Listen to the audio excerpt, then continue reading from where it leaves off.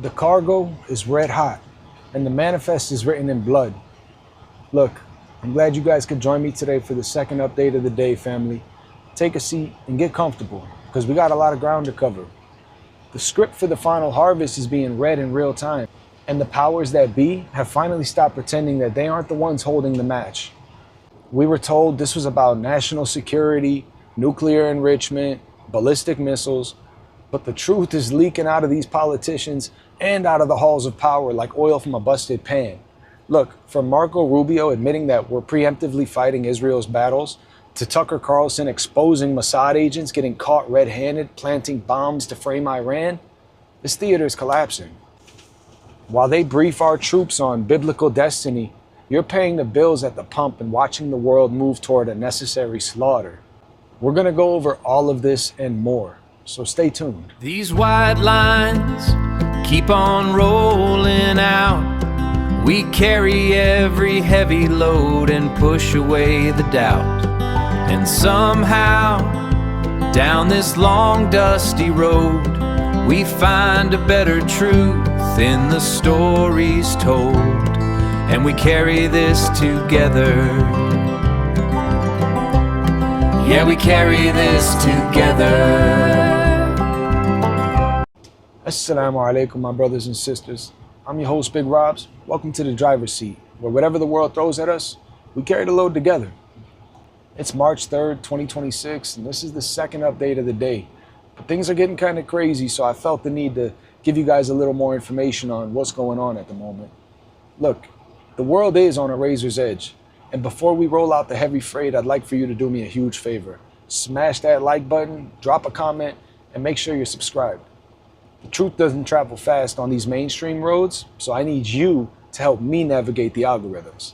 Look, first, we're going to go over the admission. America is the preemptive shield for Israel's wars, whether we like it or not. All right? Secretary of State Marco Rubio slipped up on Capitol Hill yesterday, basically admitting that the U.S. launched Operation Epic Fury because Israel was going to do it with or without us. They were going to strike this country the size of New Jersey, was going to start a war by striking a country 4 times bigger than it, 10 times the population, okay, maybe more than 4 times the landmass, with or without us. They said, we're the boss, okay? And look, Rubio told reporters, we knew that there was going to be an Israeli attack. And we also knew that if we didn't preemptively go after them alongside Israel, we would suffer higher casualties. Does that sound like we're the ones calling the shots here? And even House Speaker Mike Johnson, he echoed this same sentiment, confirming that Israel was determined to act. Essentially, we became the janitors. The U.S. became the cleanup crew for Netanyahu's regional vision. And it cost lives, real lives. This is not a game, okay? The Strait of Hormuz is shut. Diesel prices are jumping 40 cents a gallon, okay? And that's just based on the averages. You guys, I fueled up for $4.30 the other day in California before the weekend. Yesterday, it was $5.35 a gallon. You do the math. This is outrageous, okay? But that's our rig payment, that's your gas payment, and your grocery run getting torched because we're the shield for someone else's war, okay?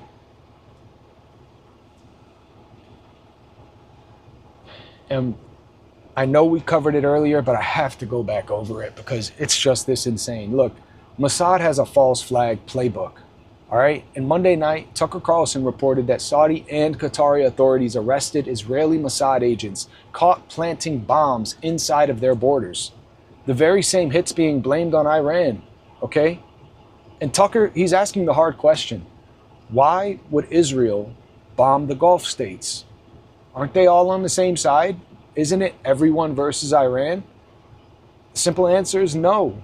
No, they're not, okay? Israel has the goal of dragging the entire region into chaos and forcing the U.S., us, our boys and girls, to stay locked into their 89 front war. This escalation isn't cooling down no time soon, and there's not an extinguisher for this kind of fire. But the response, it's going to be bad. It has been, okay? It's been a little over 72 hours, and things are getting crazy. For all that Iran has done, they're still denying this Saudi Aramco hit. They're saying that that was the same people that were arrested by Qatar and Saudi Arabia. They planted the bombs. They're the real source of terror. And I couldn't agree more. Israel is the terrorist in this situation. But when it comes to that, the mainstream media is silent, huh? What they can't deny is that the arrests are on record. These people were caught red-handed. Now, they might make the paperwork disappear, but it doesn't mean that it didn't happen. And from now on, I think we should approach every Iranian attack that we hear about as a staged performance. You know, because we don't know what's really happening and what's not. But what we do know is that our groceries and our fuel surcharges are being hiked based on a theater designed to keep the war machine fed. You see, it's hungry. And as long as it continues to eat, we continue to lose. The craziest thing, we're being told a precision lie, you guys. We're being told that we're only attacking leadership, but the civilians are in the crosshairs. So while the Pentagon shows you ships and the Navy of Iran being destroyed in these high-tech clips of military targets, the ground in Iran tells a very different story. Over 800 civilians, including 176 children, are already dead, thanks to the world's most moral army.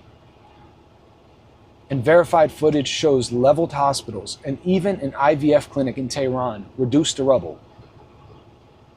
They're already attacking the hospitals. At least in Palestine, it took them a month to do that, a couple weeks. It's been a couple days.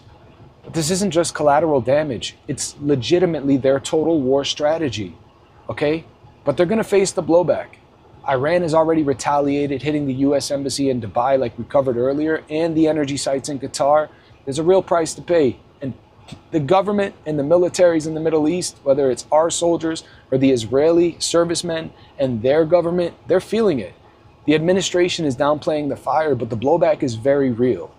So when the refugee waves hit Europe and America inevitably, and the global supply chain snaps next month, it's your family's safety net that's going to get thinner and thinner. Because precision is just a word that they use to sell us slaughter. But I think we're waking up to that, and that gives me a little bit of hope. Sources are telling us that this is a holy war, okay? According to the generals, they've been briefing American troops for the Armageddon. Legitimate. These people are psychotic. These Israeli eschatologists are telling our soldiers that this is what God wants, okay? I just read a report. US service members are being told that this operation is anointed by Jesus to trigger the final battle. Shit you not. Swear to God, those are their words. And this isn't fringe talk. When you look at a guy like Pete Hegseth, you can see his goofy ass saying something like that. But commanders are framing the decapitation of Iranian leadership as biblical destiny. Prophecy, if you will. They're selling a holy war to the kids that we send to the front lines. And the goal of it?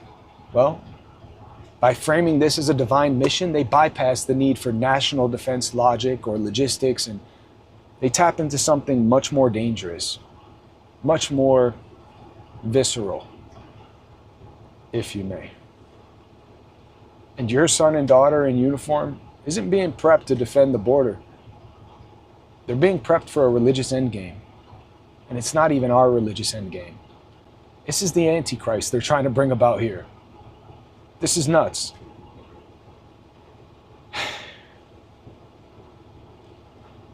Also, it looks like there's going to be a necessary draft. Okay, this is obviously speculation, but they've been talking a lot about boots on the ground. And President Trump told the New York Post yesterday that he doesn't have the yips or the worries or anxiety about sending in troops if they become necessary. If they're needed on the ground, then the ground is where they'll be. And even Defense Secretary Hegseth is refusing to rule it out, saying we'll go as far as we need to go to defend Israel. Meanwhile, 6 US service members are already killed in action. Already.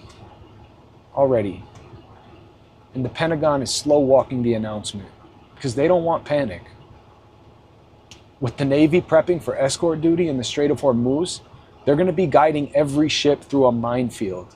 And so they're at risk every moment of every day because Iran already said, this is a no-go. Push your luck if you want to. And the threat of a full-scale ground war is no longer a conspiracy. It's looking like this is the plan.